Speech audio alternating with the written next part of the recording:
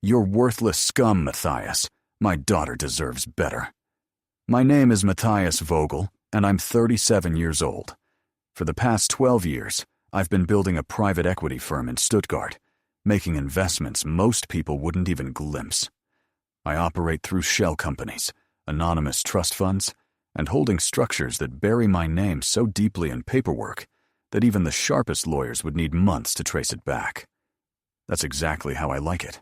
Clean, invisible, powerful.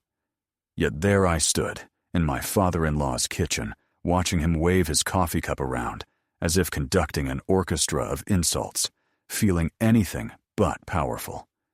Klaus Ritter had been berating me at every family dinner for 3 years, at Christmas, at every celebration, every time I stepped into his house. "She could have married Dr. Conrad Schaefer's son," he continued, gesturing toward my wife, Anya. "But no, she chose you, a man who won't even tell us what he actually does for a living." Anya sat at the breakfast table, stirring her eggs. She didn't look up, didn't say a word, just kept stirring, as if the answer to all our marital problems lay somewhere in that plate. "Matthias works in finance, Dad," she finally muttered, still avoiding my gaze. "Finance?" Klaus scoffed. "Do you even know what that means? He might as well be selling insurance or managing other people's pension funds in some office park on the outskirts of town." I watched him pace around his sleek kitchen island, his face growing redder by the second.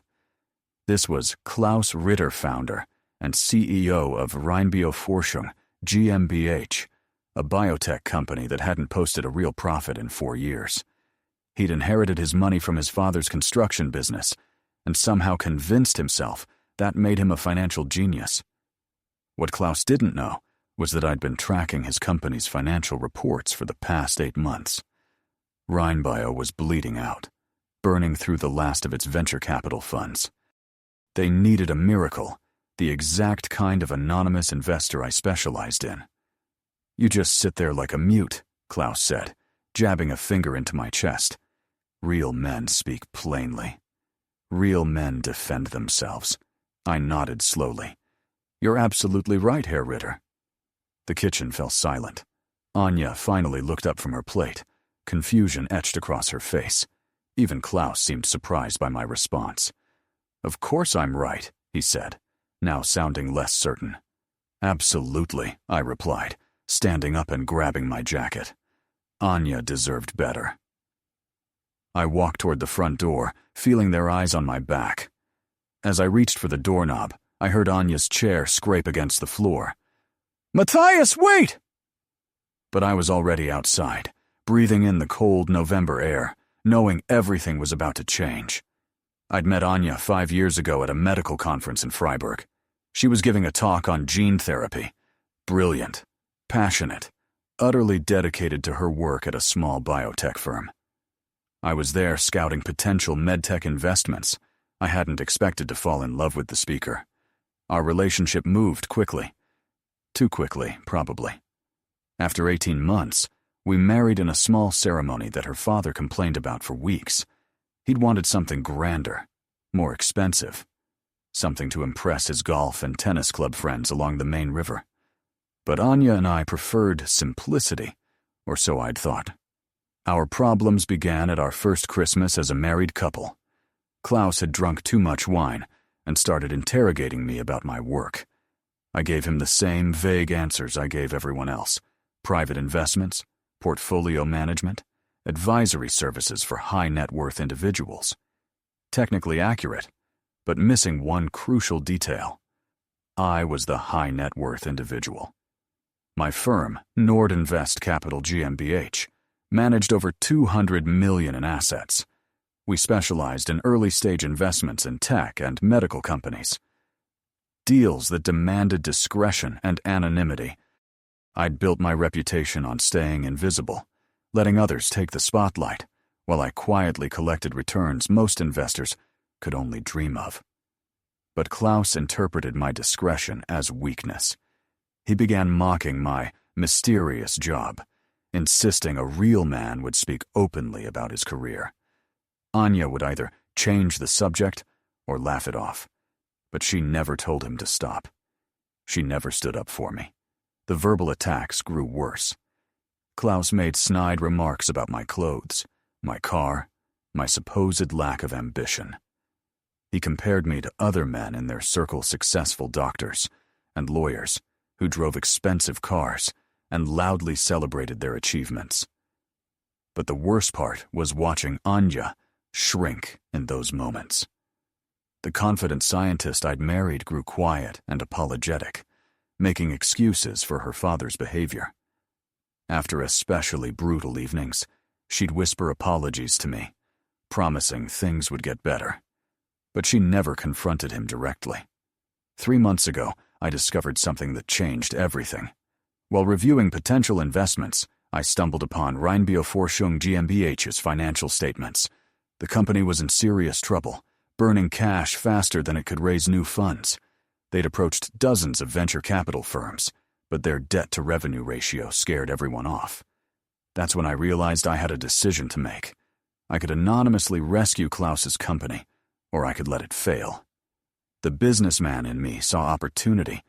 The son-in-law saw something else entirely. I began due diligence, keeping my identity hidden behind layers of corporate structures. Klaus would never know his savior had been sitting right at his dining table, enduring his insults, while watching his daughter stay silent. The turning point came 3 weeks ago, during Anya's birthday dinner. We were at Klaus's house, and he'd invited his brother-in-law, Jürgen Klein, a heart surgeon, who loved bragging about his vacation home in the Black Forest.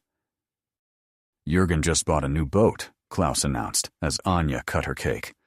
A 40-foot sailboat on Lake Constance cost him more than most people earn in 5 years. Jürgen laughed and clapped me on the shoulder. And you, Matthias, any big purchases lately? A new car? Maybe some real estate? I should have seen it coming. Klaus's eyes already gleamed with that familiar predatory glint, the one that always meant he was about to strike. Matthias doesn't make purchases like that, he said, his voice dripping with false sympathy. He's more the practical type, isn't he? Anya squeezed my hand under the table. A silent plea to stay calm, but Klaus wasn't finished. Let's be honest. My daughter is a brilliant scientist. She publishes in top journals, speaks at international conferences. She could have married anyone, a doctor, a lawyer, someone with real prospects. Instead, she chose. He made a vague gesture in my direction. Well, we all make mistakes. The room went quiet. Anya's hand went limp in mine. Jürgen stared at his slice of cake as if it were the most fascinating thing he'd ever seen. And Klaus leaned back, smiling smugly, waiting for my reaction. I looked at Anya, really looked at her. She stared at her lap, cheeks flushed with shame. Not shame over her father's behavior, but shame over me, for being married to someone her father deemed inferior. That's when I understood. It would never get better. Anya would never stand up for me because, deep down, she agreed with him, at least a little. I slowly stood up, placed my napkin on the table, and looked Klaus straight in the eyes. You're absolutely right, I said calmly. Anya deserved better. I kissed her forehead, grabbed my coat, and left the house. Behind me, I heard Anya call my name, but I didn't turn around. I had work to do. The drive home gave me time to think. For months, I'd been preparing a $15 million financing package for Meditech Rain GmbH, the very package that would save Klaus's company and secure his retirement. The documents were ready. All they needed was my signature.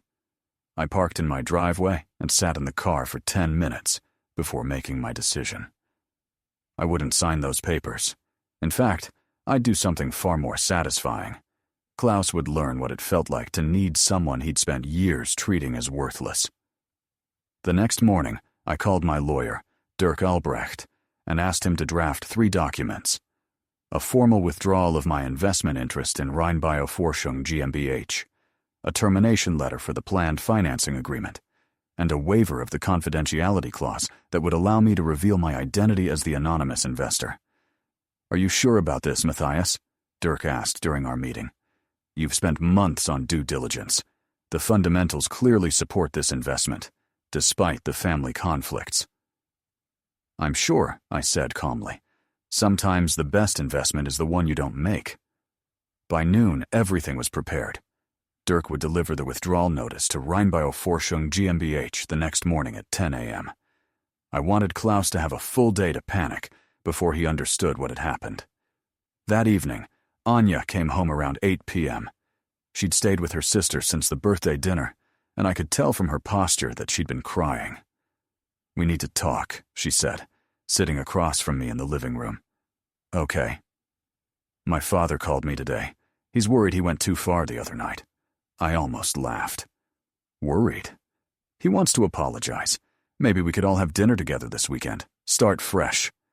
I studied her face, searching for any sign she understood what had really happened. But for Anya, it was still just about hurt feelings and wounded pride. She had no idea her father had just insulted the one person who could have saved his company. "Anya," I began carefully, "how long have you been ashamed of me?" The question hit her like a slap. "What? I'm not ashamed. You never once asked your father to stop insulting me, not once in 3 years. He doesn't mean it. He's just protective. He called me worthless scum in front of your whole family, and you said nothing." Tears filled Anya's eyes.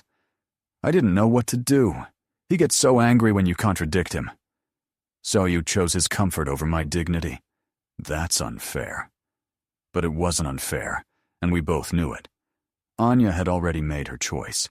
Every silence, every excuse for his behavior, it all meant she'd chosen her father over me.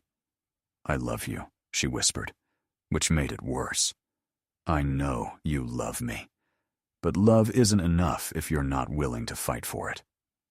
An hour later, she packed a few things and left. I knew she wouldn't really come back, even if we stayed married, even if we started couples therapy. Part of her would always see me through her father's eyes. The next morning, I arrived at the office early.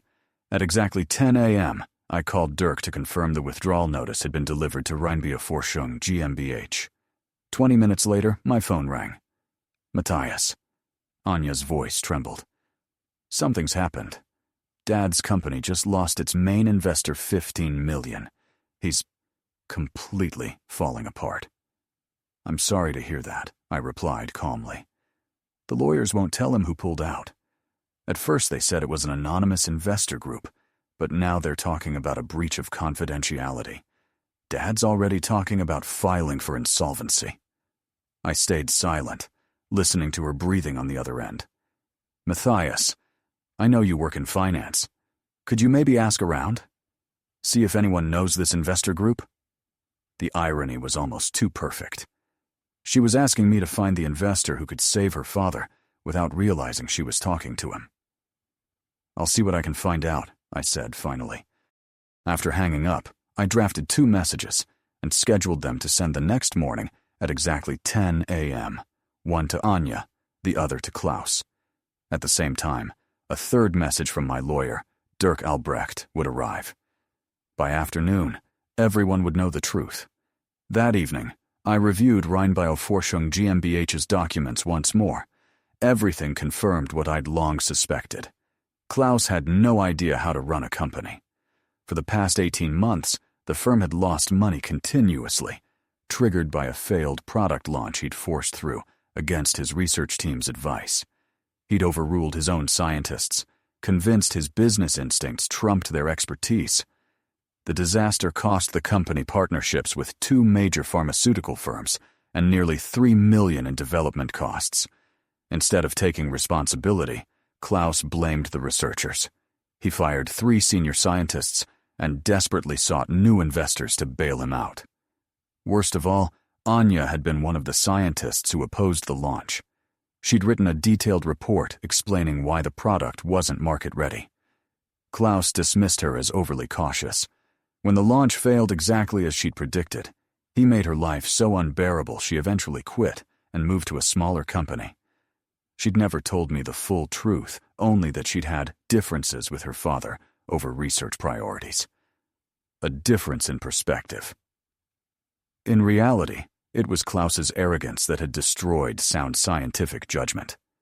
I called Anya's former colleague, Heidemarie Lenz, who'd also left the company. We'd met several times at conferences, and she'd always been candid about the challenges in the biotech industry. Frau Lenz, this is Matthias Vogel, Anya's husband. I hope you don't mind me calling. Matthias? Of course not. How's Anya? She's fine. Actually, I'm calling about something else.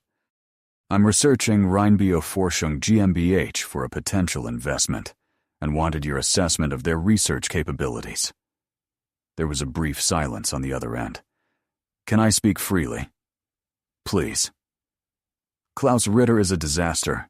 We had brilliant scientists, a solid research foundation. But that man has no business running a biotech firm.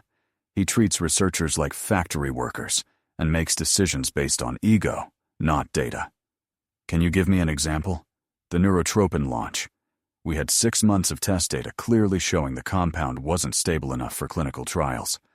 Anya wrote a 20-page analysis explaining exactly why it would fail. Klaus ignored her, pushed the launch through, and lost the company nearly €3 million when the Federal Institute for Drugs and Medical Devices denied approval. What happened to Anya afterward? He blamed her for the failure, claimed she was negative and disloyal. He made her work environment so toxic she had to leave. Honestly, it broke my heart.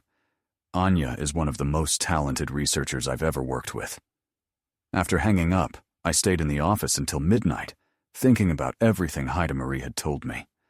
Klaus hadn't just humiliated me at every family dinner, he'd also destroyed Anya's career because she dared to tell him the truth.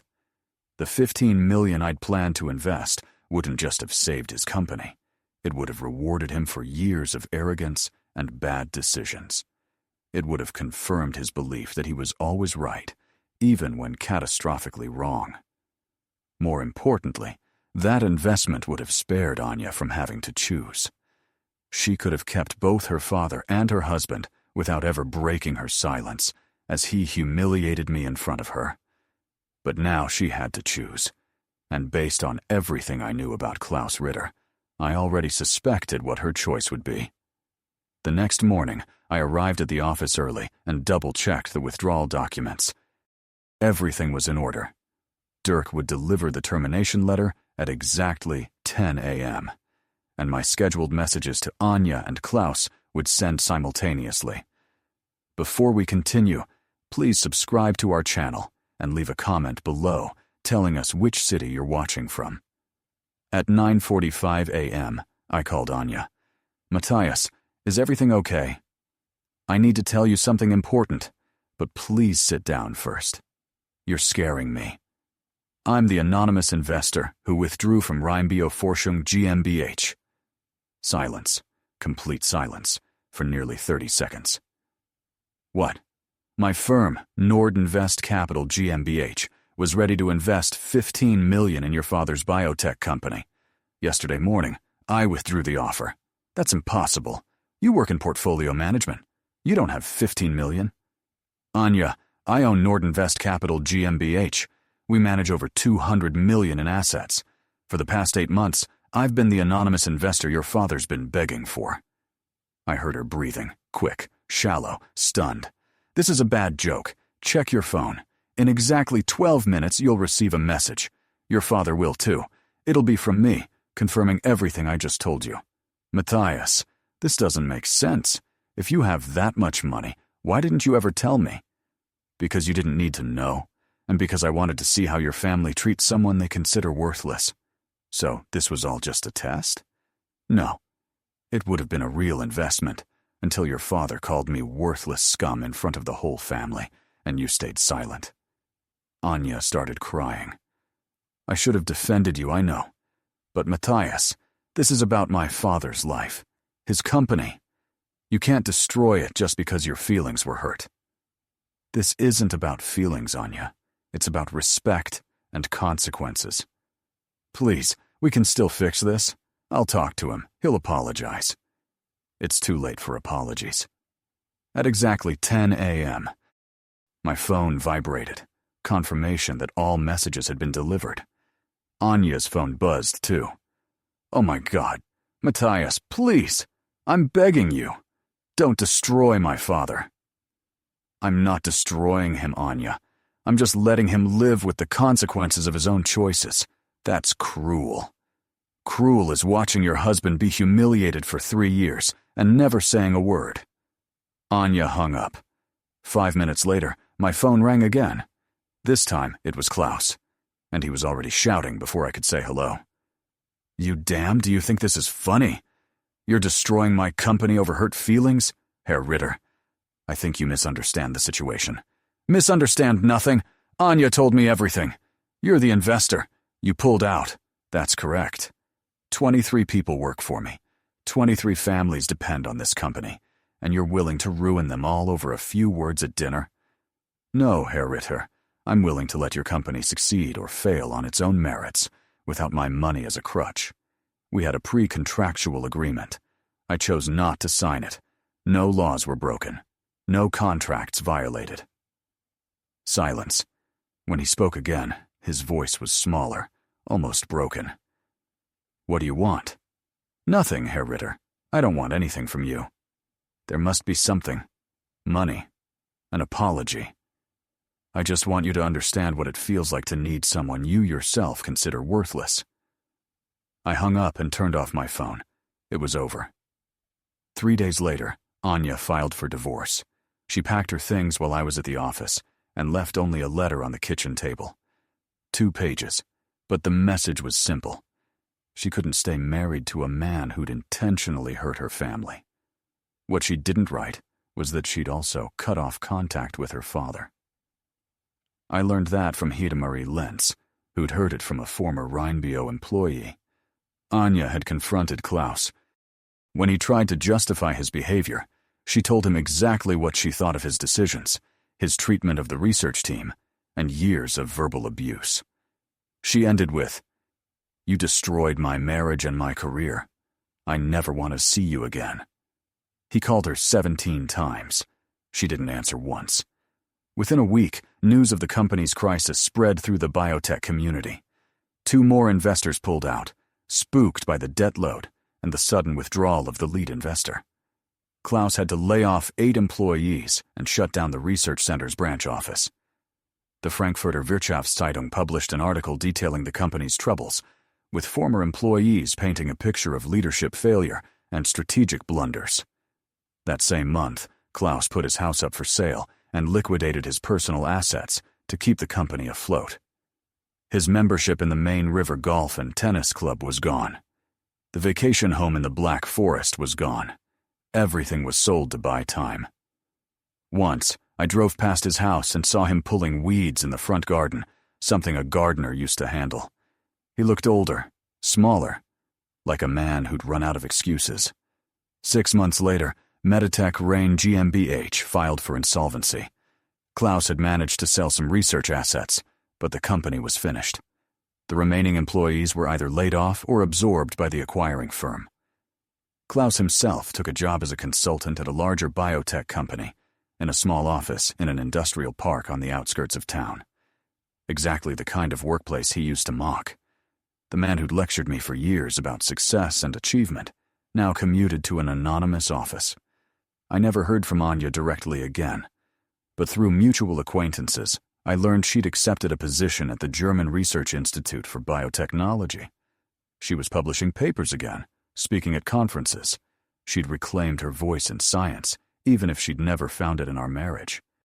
I sold the house in Stuttgart and opened a new Nordinvest Capital GmbH office in Freiburg. The change did me good, and southern Germany's thriving tech scene offered more than enough investment opportunities.